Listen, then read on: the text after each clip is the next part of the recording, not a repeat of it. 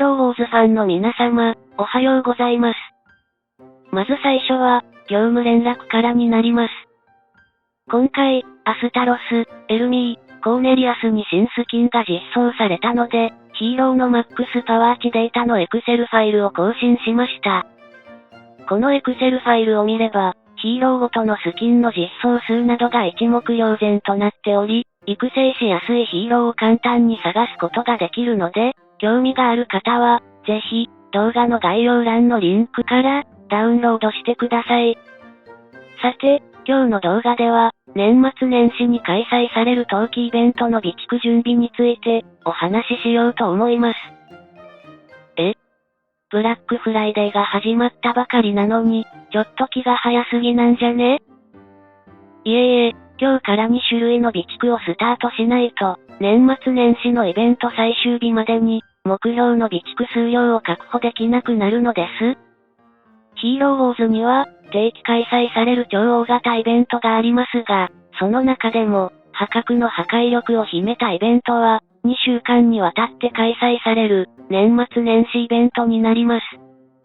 これがどれくらいすごいかというと、カーク信者の体感的には、サマーフェスティバルやハロウィーンイベントの、10倍から20倍程度だと思っていただければ良いかと思います。年末年始イベントを経験すると、他の大型イベントがゴミイベントに思えてしまうほどの膨大な資源を受け取ることができるので、備蓄作戦が有効なカテゴリーに関しては事前対策をして、損はありません。なお、年末年始イベントは、ギルド全体の活動量が多ければ多いほど、それに比例して、受け取る報酬が増大するシステムになっています。具体的には、冬祭りツリーに飾り付けをすればするほど、冬祭りコインをもらえるシステムになっており、今日から2種類の資源を備蓄すれば、無課金でも、2種類のイベントタスクを完全制覇することが可能になるのです。じゃあ、備蓄すべき2種類の資源の話をするよ。1種類目の資源は、アーティファクトの宝箱の鍵になります。そして、備蓄すべき数量は200本なのですが、今日から備蓄をスタートすれば、イベント最終日までに、200本のアーティファクトの宝箱の鍵を備蓄することができます。アーティファクトの宝箱の鍵は、1日に4本ずつ備蓄可能なので、43日 ×4 本イコール、172本の備蓄が可能です。これ以外にも、ウェンディーズ、VIP ギフトとボクシーの青箱からも、アーティファクトの宝箱の鍵をもらえる機会があるので、200本の鍵の備蓄を今日からスタートすれば、イベントまでに十分間に合います。2種類目の資源は、ペットの召喚卵になります。このイベントタスクは、先ほどのイベントタスクみたいに、ガツガツと備蓄する必要はありませんが、イベントタスクを毎日確実にクリアするためには、ある程度の、ペットの召喚卵の備蓄が必要になります。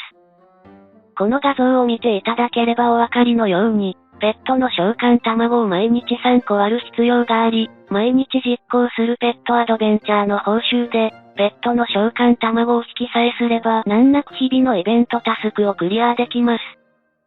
しかしながら、ペットの召喚卵の備蓄数量が10個を超えた際は、卵を割るための緑色のボタンが10個単位になってしまうため、本来なら3個の卵を割るだけで良いところを、卵を7個も余計に割ることになってしまうのです。この不都合な事実を考慮すると、14日間 ×10 個イコール、140個のペットの召喚卵の備蓄が必須となってくるのです。もしくは、ペットアドベンチャー用に支給される、ポータルチャージを受け取ったメールを、未開封で備蓄する方法も良いでしょう。どちらの備蓄方法を採用するかは、視聴者様のセンスに委ねられますが、これらの2種類の備蓄方法を併用して、より確実にペットの召喚卵のイベントタスクの完全制覇を狙うことを、カーク信者はお勧めします。重要な話をするよ。逆説的な話をすると、冬祭りイベントでは、今説明したアーティファクトの宝箱の鍵と、ペットの召喚卵のイベントタスクしか、低予算プレイヤーが完全制覇できるイベントタスクが存在しないのです。